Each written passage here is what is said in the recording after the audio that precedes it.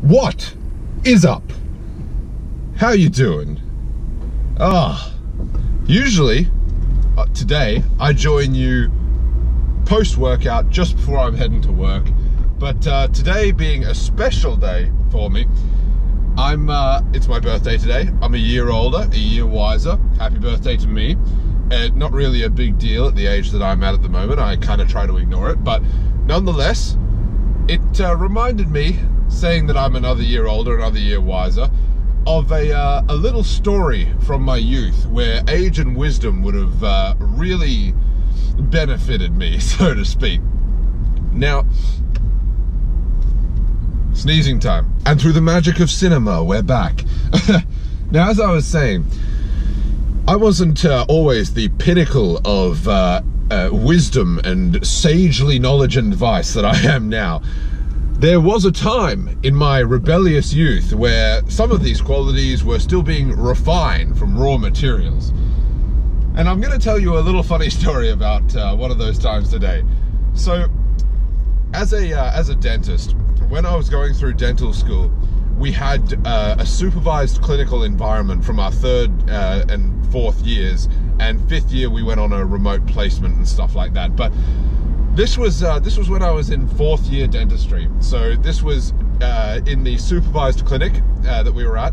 And for those who don't know, they sort of have you in cubicles. We had 8 cubicles per 1 qualified dental supervisor and 1 nurse. So we were nursing for ourselves. She got x-rays developed and stuff like that. And we were in bays of 8 students, right? So anyway, I've been treating this lovely patient, actually, and she is very, very agoraphobic, so fear of large places and new people. And it has taken me, I had to build a lot of rapport with this patient. The first time she came in and she was under a blanket. She wouldn't remove the blanket at all. I think mostly because not only were there a whole bunch of new people around, but the particular dental school that I was in, it had like 100 chairs in this one place. It was like the Bunnings frickin' warehouse of dentistry. Crazy, crazy big.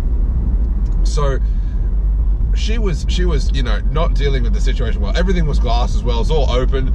They had little decorative decals so you couldn't just see straight through to other patients. But like, it was very, very big open space. And it had taken me, as I say, a number of appointments for her to even pull down the blanket and be comfortable enough with me. And I had an agreement with all the other supervisors and nurses and other students that they wouldn't come into the surgery and to scare her, obviously, when I was treating her. I just gave everyone a bit of warning. I said, look, you know, Mrs. Yeah, I can't tell you her name, obviously, but let's say Mrs. Smith was in, and you know, we're going to be just a little bit more considerate than usual. Everyone was okay with that. And because dealing with patients with certain issues is part of the job. And we had a really, really good rapport going, and I was making her a set of false teeth. And this particular visit, she was coming in for the final molds to be taken so that I could then make the false teeth to fit in her mouth. And without going into the details here, all the dental students actually made all their own dentures. So we didn't send away to a lab or anything like that at this stage. We were hand making these, right? So taking the mold, I would look at the mold also as the technician so that I would make the denture on this. So I knew exactly what I needed, exactly what I wanted. Obviously still very green behind the ears at this stage, but nonetheless. So anyway, she's in there and we have this supervisor, and I remember this guy so vividly. Very short Asian gentleman with a Napoleon complex, and everyone hated him. Everyone, because he was an asshole. The dude was a dickhead. Like, there's just no two ways about it. Had a hilarious name. I won't tell you his name either, but a brilliant name. Very unfortunate, just a brilliant name though. Anyway, this guy here, it was our first time that we'd ever had him as our actual supervisor. We just heard the stories in our bay here of how horrible he was. Anyway, I was taking a mold on this lady, and I've taken this thing, and you know, mold taking it can be a little bit uncomfortable. The material that we needed to use, because she had no teeth at all, it's a special material. It heats up in the mouth a little bit and can be a little uncomfortable for people. So anyway, I take this mold and I take it out of her mouth, and there's an air bubble actually off the recorded area. So it wasn't anywhere where there was tissue to be recorded, right? So anything that would actually matter. But there was an air bubble that had just come off the end on the excess material. And I was like, you know what? That's a great impression. I won't put her through another one. Thank God, because that's an uncomfortable process, and she's very, you know, it's a privilege for me to even get her to the stage where she was at, you know, with her agoraphobia. So I was like, thank God that went well.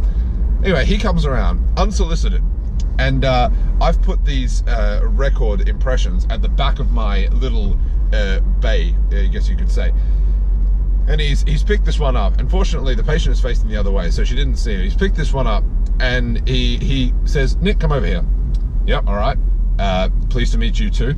And he said, there's an air bubble there. And I said, yeah, look, there is, but it's not actually on the recordable area. It's actually off the back of the mouth. You know that little bit of impression material that runs down the back of the mouth whenever a dentist takes impressions on you? We're all sorry about that, by the way. But that was where the bubble was. He said, it doesn't matter. For practice purposes, we're going to make you take it again. And I explained the situation to him very politely. And I said, look, I'm not going to take that again. And he said, I'm the supervisor and you will take it again, and just put it down and walked away. And I thought to myself, wow, what a cockhead. And then I was like, you know what? I'm not taking that again. Let's not and say we did.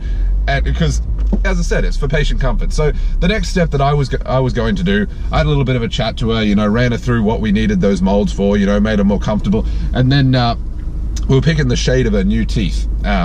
And it's important that when you're picking a shade that there's a good amount of natural light in the room, and that you don't give the options to have like fridge door white if the patient is like 80 years old, because that looks ridiculous. So basically what we did was I narrowed it down to 3 colors that would have been, you know, 3 shades of white that would have been you know, pretty natural looking, and I had her just looking at them against the soft blue of my glove. We were wearing nitrile blue gloves there, and blue is a very neutral color. It relaxes the eye, so it allows you to pretty much focus and see the color as it is. Anyway, he comes around and says, what are you doing? What are you doing? And I said, look, no, you don't need to come in. And anyway, he comes in, and I've warned this guy, as I said at the start, I warned this guy not to come in. And she freaks out. She starts like shaking and panicking. She's never seen this guy before, right? It's not her fault. And he says, what are you doing? And I was like, look, we're just running through, taking the shade for the teeth. She's deciding on the shade. We'll be done in a second, then I can talk. He says, that's not how you take shade. Okay. And he grabs this the guide of all the possible shades, and then he looks at this patient and just says, get up. Anyway, she is freaking out, and I am beside myself here. You know, panicking myself, being like, holy crap, this guy's like, he's a fucking lunatic. This dude's a loose cannon. Anyway, he pretty much grabs this lady by the arm and says, get up, sit over here. Puts her in the guest chair facing out the window, right? So there's a whole shitload of light coming in on her. And then puts the whole guide of natural shades in front of her and says, pick one. And I'm freaking out. And I basically grab him by the shoulder and turn him around and say, excuse me, doctor, can't tell you his name, even though it's really funny. Could I please have a chat to you at the side of our bay here? And he goes, what about? And it was like, look, just come with me. And I actually like guided him a little bit. I didn't pull him or anything. It wasn't aggressive, but I guided him a little bit. Anyway, he walks away, and this lady puts that blanket over her head in the guest chair, and she is fucking beside herself.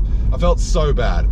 Anyway, I run through and I say, look, I don't think that was entirely appropriate. You know that she has, you know, this problem, and I think that it should be handled differently. And he goes, look, this is my surgery, and I'm running it how I want today. As I said, massive Napoleon complex here. He said, did you take that impression again? And I said, No, I didn't. I wasn't gonna bullshit him. He could tell I didn't take it. He's not an idiot. He could identify the exact impression that was laying there before. And I said, no, I didn't, because I'm making the denture and I know what I need recorded to make a good denture. And he walked over to it and tore the actual mold off the tray. Now, your boy's pretty patient, right? I'm pretty level-headed a lot of the time, especially in a clinical situation. I very rarely get my temper involved. But this fucked me off. Alright, so I've looked at this guy in almost disbelief, and I've like, excuse me, would you mind talking to me at the end of the bays? And anyway, I've said to this patient, I'm like, look, come back, and he waited for me at the end. Look, come back and take a little, take a seat in the middle, just have a relax, da-da-da-da. And then she's like, oh yeah, she's really, really shaken. But this guy is waiting for me at the end there. And anyway, I get out at the end, but at the end of the bay is where all the other 8 students and patients can see you. Anyway, I've said, what is wrong with you? Like, keep in mind, I'm just a 4th year student at this point. And this guy is a dental supervisor, albeit now in the position that I am in, I'd call that guy a total hack job and a piece of shit. But that being said, at the time, it was not my place to speak to him like that, all being equal. So I said, what is wrong with you? That was completely inappropriate. That is unprofessional conduct. You know, just basically very politely criticizing what he had done. I explained once again the patient's situation and how uncomfortable that he had made her. And he basically, his answer to everything was, you have no rights. I'm the supervisor. In here, it's my rules. You either play by them or you get out, or you fail the session, da-da-da-da-da. Anyway, I'm being hit with this and I'm trying to word my argument very carefully. And he goes, the final straw that broke the camel's back was him turning around and saying, you're nothing in here. You are absolutely nothing. I set all the rules. And at which point, and this was the age and wisdom was not here for this particular statement. When I said this, what I meant was, okay, well, let's have a platform where we are both on equal ground for discussion. But what came out of my mouth was, well, that may be the case in here, but I'll be happy to meet you outside and discuss this where we're on equal ground. And that very moment I said that, but I sort of went, oh shit.